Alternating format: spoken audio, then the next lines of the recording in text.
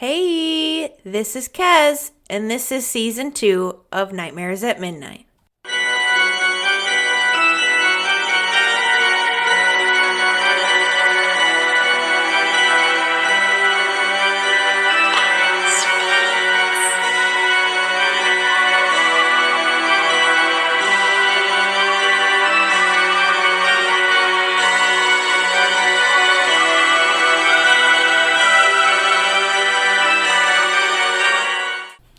It looked like it was mechanical, sort of like a rocket.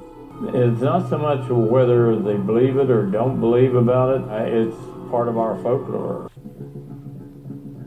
My grandmother always said that, we're up on a ridgetop and they can watch us easier than they can anywhere else. And they know that people up here are not going to talk. This whole area has had many reports of UFOs, even dating back to the 1800s. We have the opportunity to see strange things that may take place in the sky that others might not see. My family grew up in this general area. They were so terrified of the Flatwoods Monster that they were afraid to walk home from the school bus. Hey guys, thanks for tuning back in to Nightmares at Midnight. Thanks for being patient with me. I know this past week I have been pretty sick with the pregnancy and have gotten a delayed episode out, but I wanted to make sure I get one out for last week and then this week get another one out because Easter is coming. Before we jump into the Flatwoods Monster, I just want to tell you where you can listen. I gotta give you the spiel. Hopefully you're going to our website and downloading the episodes every time. Nightmares at Midnight podcast.buzzsprout.com. You can also follow us on Instagram. I lately haven't been as good about posting stuff on there, but trying to get better at that. At Nightmares at Midnight podcast. On Facebook, you can check us out and see I post pictures of what the episodes are about and what's happening. You can also listen on Spotify, Google Podcasts, Amazon Music, Apple Podcast, Podcast Index, TuneIn Plus Alexa, Podcast Addict, Podchaser, and Deezer. Also, if you want to drop us an email about some suggestions of monsters or cryptids that we should cover, it is nightmaresatmidnightpodcast@gmail.com. And I have to mention Patreon. If you go to patreon.com/nightmaresatmidnightpodcast, there is options for you to join and support our podcast and you get extras. So I'm just giving you a little teaser. Right now, I'm recording my episode so that way you can see me record it and you can hear me record it at the same time. So check that out as well. And I think that's about a good introduction. Let's just jump right into the Flatwoods Monster. I was suggested this one by my friend Jared as he had heard about this before. And it was interesting to me to check it out and the theories on it. So let's just jump right into it. The Flatwoods Monster. Before we get invested into the story, I need you to keep your mind open and think about whether this creature really exists, if it's an alien or something else. So the story of the Flatwoods Monster begins in 1952 in Flatwoods, West Virginia. Starting it out, West Virginia is hopping for cryptids, that's for sure. On the evening of September 12th, Flatwoods residents Edward and Freddie May, Neil Nunley, and Tommy Heyer were playing at Flatwoods Elementary School around 7 p.m. So they were playing. Their fun was interrupted when a bright light flashed across the sky above them. Shocked, surprised, they watched until it disappeared to where it seemed to be the hillside of a Mr. G. Bailey Fisher's farm. The boys, who were young and excited to explore the crash site, rushed to the May home and notified Kathleen, who was Edward and Freddie's mother. They told her what they had seen, and Kathleen immediately called her friend, who was a National Guardsman, Eugene Lemon. So Eugene Lemon joined them to check out the site. Of course, they brought along the family dog, Richie, too, and the investigation party was started. When the group arrived at the site, they noticed an apparent pulsating red light. And when Eugene shined his flashlight towards the hills, The group saw a 10-foot tall creature with a head shaped like a spade and a dark metal dress. Now, there's different versions of the details here, but this is the one associated to this story directly. Apparently, the creature had twisted, spindly-like hands that looked like claws and glowing orange or red eyes.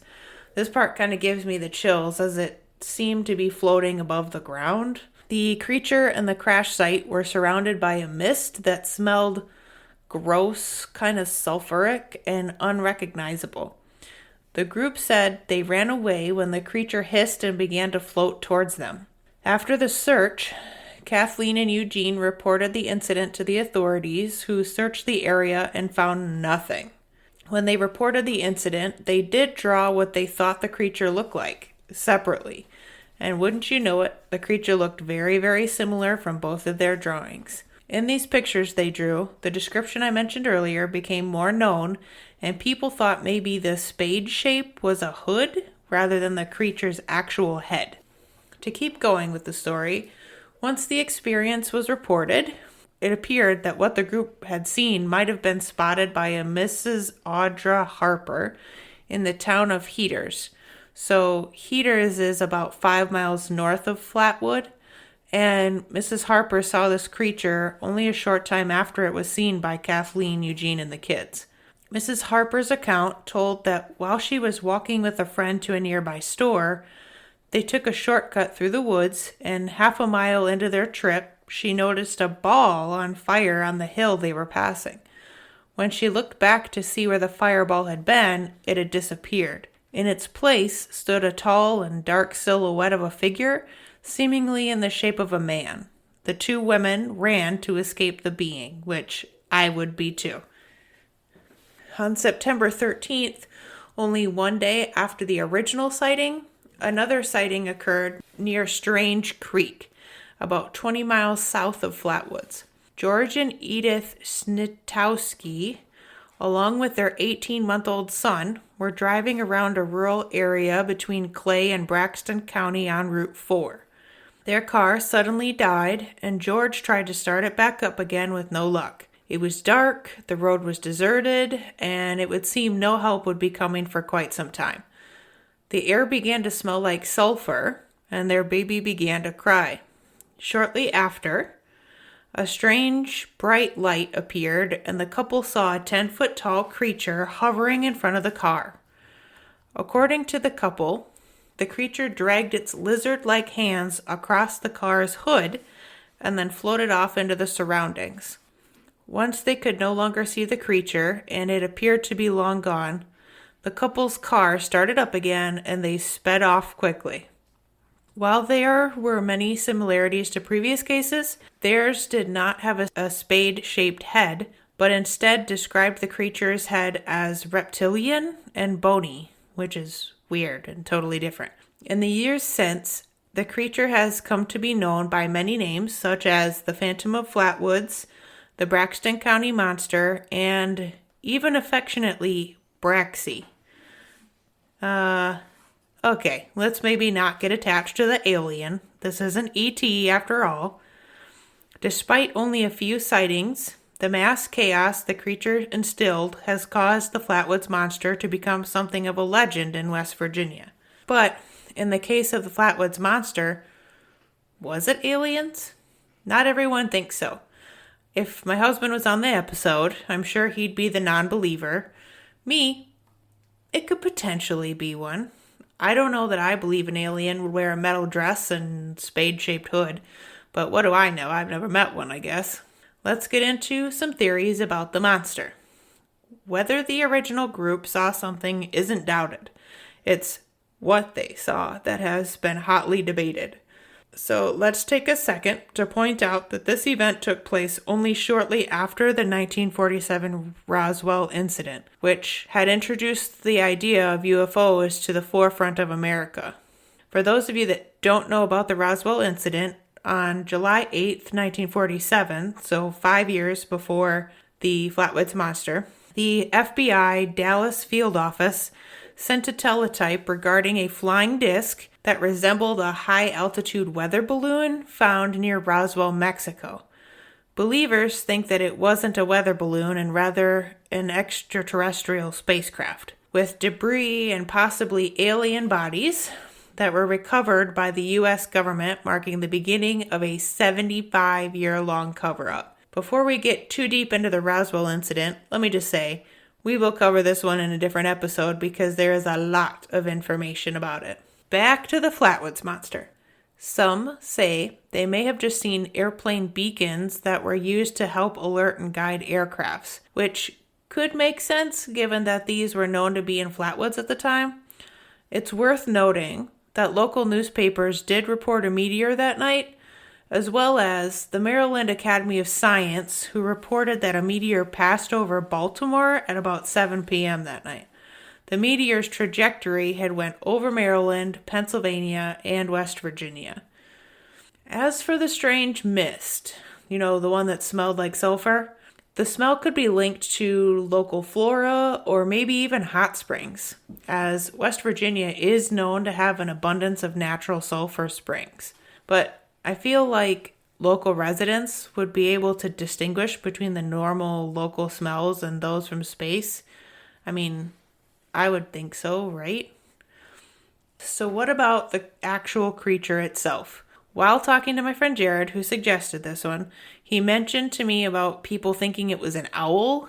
And one of the most popular theories about the creature and what the group actually saw might have been a large owl in a tree somewhere. I feel like this theory is really reaching. But the theory goes along with a barn owl, which has similar features to the creature, with the heart-shaped face, surrounded by dark feathers, giving it the appearance of a hood. It also has large claws, like hands, that might match some of the descriptions. As far as the glowing red eyes and face, the female common barn owl is reddish in color to begin with. Maybe when Eugene shined his flashlight at its face, the light reflected into its eyes, causing them to look red. Some think that it was a mother owl protecting her nest, which is why it hissed and screeched at the group. I don't think it was an owl.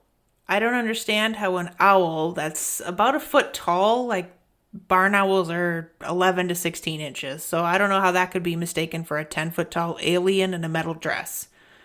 As the Flatwoods Monster became more popular, it actually became more common to hear about in Japan rather than the US. As a result, the Flatwoods Monster has mainly found employment as a boss or an enemy in various Japanese-developed video games. Some of the games that the Flatwood Monster's in are Data East Arcade 1, Fallout 76, which that one's pretty popular that I've heard of, Hot Shots Golf 4, which that one was Japanese made, and you golf and you try to aim at the Flatwoods Monster. There's Wild Arms, Magical Cat Adventure, and Tumble Pop. In Fallout 76 specifically, the monster's appearance changed quite a bit and became purple with an astronaut-like helmet and jetpack. It had 3 fingers on each hand and green blood, which you could see when you fought them.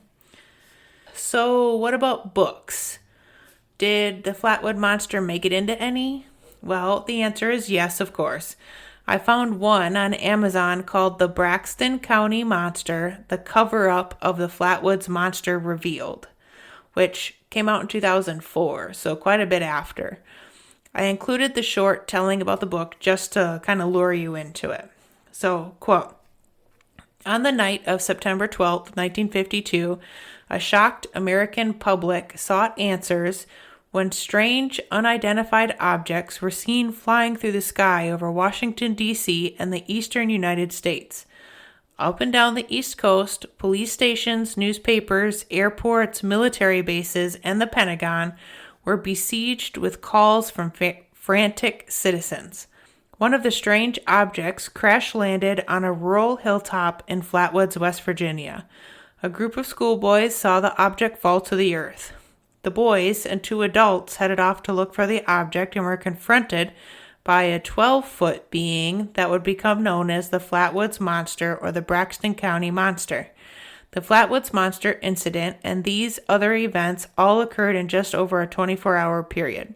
They have never been fully explained, and worse, they have been covered up. These UFO encounters have been hidden, ignored, and discounted for more than 50 years. But now, author Frank Fascino reveals the shocking truth about these events. So, that was the little description on the Braxton County Monster, the cover-up of the Flatwoods Monster revealed. There's also the Flatwoods Monster story on Audible for free that you can listen to by Ivan Sanderson and Richard Hall, and it's just over an hour long, and it tells a similar story as to what I gave you. As far as movies, I could honestly only find one, which can be rented or bought on Amazon. It's called The Flatwoods Monster, A Legacy of Fear. It was made by the same group that made The Mothman of Point Pleasant. You guys know I love looking to see if the cryptids we cover are in MetaZoo, the card game, and bingo, this one is in there for sure. There is, of course, merch that you can find as well. There's t-shirts on Redbubble and Amazon. There's t-shirts, mugs, and hoodies at tpublic.com. On Etsy, I found some handmade figurines if you're into that. Also, while researching, I discovered there is a monster museum in Braxton County. So the museum is located on Main Street in downtown Sutton, which also acts as the Braxton County Visitor Center. The displays include one-of-a-kind collections and artifacts, historic items, memorabilia, books, and more. And admission is free, and they have souvenirs like shirts, stickers, shot glasses, and lanterns. Just in case you're interested in making a cryptid trip to West Virginia, take me with you. But this seems to be a pretty hopping spot for these cryptids, and the museum is open Monday through Friday 9 to 5 and weekends 10 to 4. This part was funny to me. I looked up Flatwoods Monster drinks, and I honestly didn't think I would find anything because of the monster part. I thought I would come up with only Monster Energy drinks, but I stand corrected. The Chronicle Brewing Company in Bowmanville, Ontario, Canada, put out a New England IPA called the Flatwoods Monster that they released in 2019. This was a part of their Cryptid series of beers, so they did a couple other ones as well. It doesn't make sense the flavors they put into it though, which are coconut and peaches and cream. Maybe I'm becoming unfamiliar with West Virginia, but I didn't think they had coconuts there or that it was very tropical. The cans are pretty neat though. They have the monster shape on them, like the head with the hood and the eyes on it. That's kind of cool. That's about all I have on the Flatwoods Monster. Coming up, we have where the Easter Bunny originated might be an option since it's the spirit of Easter approaching. And I think for sure we will cover the Roswell incident soon, so that way you guys can catch up on that, because why not go off on the alien tangent? I would love to do that. So thanks for being patient with me through this pregnancy, and I can't wait to hear your responses about this episode. And don't forget to go over to Patreon and sign up so you can watch me do the episode. And as always, catch us next time.